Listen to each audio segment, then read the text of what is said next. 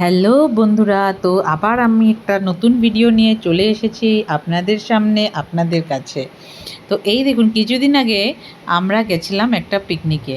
তার মানে ঠান্ডা ছিল, তো তাই ঠান্ডাতে আমার বরের বন্ধুদের সাথে আর আমার বান্ধবীদের সাথে, তার মানে ওদের ওয়াইফরাই আমার বান্ধবী। তো ওদের সাথে পিকনিক যাওয়া মানে খুবই মজা করা।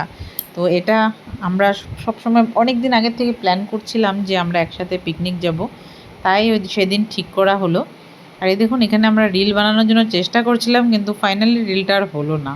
তো অনেকবার ট্রাই করার পরেও রিলটা বানাতে পারলাম না।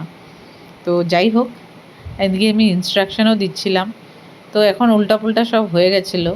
তো যাই হোক, আমরা একজন একজন করে নেমে ট্রাইও করছিলাম, কিন্তু তাও সবই উল্টোপুল্টো হয়ে গেছে, তাই হলো না আর জিনিসটা।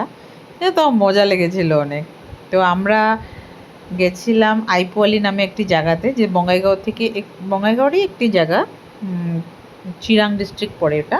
কিন্তু খুব সুন্দর জায়গা। আমি আগেও গেছিলাম, কিন্তু এইবার ওদের সাথে যাওয়ার মজাটা একটু আলাদাই ছিল। তো আমরা বহুত দিন থেকে ওয়েট করছিলাম, তো হঠাৎ করে প্ল্যানিং করে আর পট করে বের হয়ে গেলাম। তো আমরা যে গাড়িটা নিয়েছিলাম, গাড়িটা একটুকুও ভালো ছিল না। তো আমাদের পুরো ট্রিপটা এরকম হাসি হাসিতেই গেল। তো একটু পুরানা স্টাইলের গাড়ি ছিল, আমরা গাড়ি গুড়ি পাইনি। তো যাই হোক, এই গাড়িটা বুক করা হয়েছিল।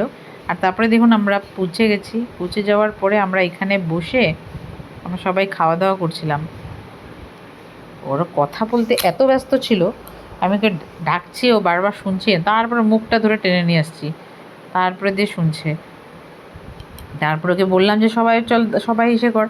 তো এখানে আমাদের অনেক সুন্দর হাসি আসার কথা ছিল, কিন্তু সাথে অনেক গান ছিল, যে কপিরাইটের ভয়ে আমরা আর সেই গানগুলোকে দিতে পারলাম না।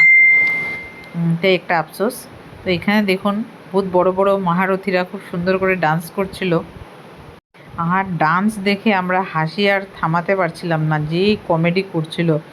এক একটা নাচ মানে সেই নাচ ছিল। তো এই দাদাটা সেই সাংঘাতিক ডান্স করে, এটা আমার বরেরই বন্ধু। তো আমরা এখানে লুকিয়ে লুকিয়ে ভিডিও বানাচ্ছিলাম, যেটা দেখলে সেই রেগে যাবে, কিন্তু ও তো সোশ্যাল মিডিয়াতে অ্যাক্টিভ না, তাই মনে হয় না দেখবে করে।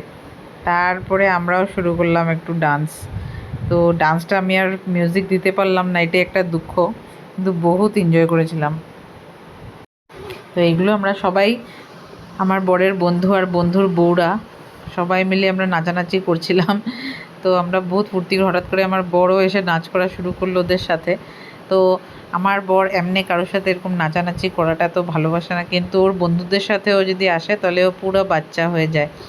আর আমরা বহুত ফুর্তিও করেছিলাম কিন্তু।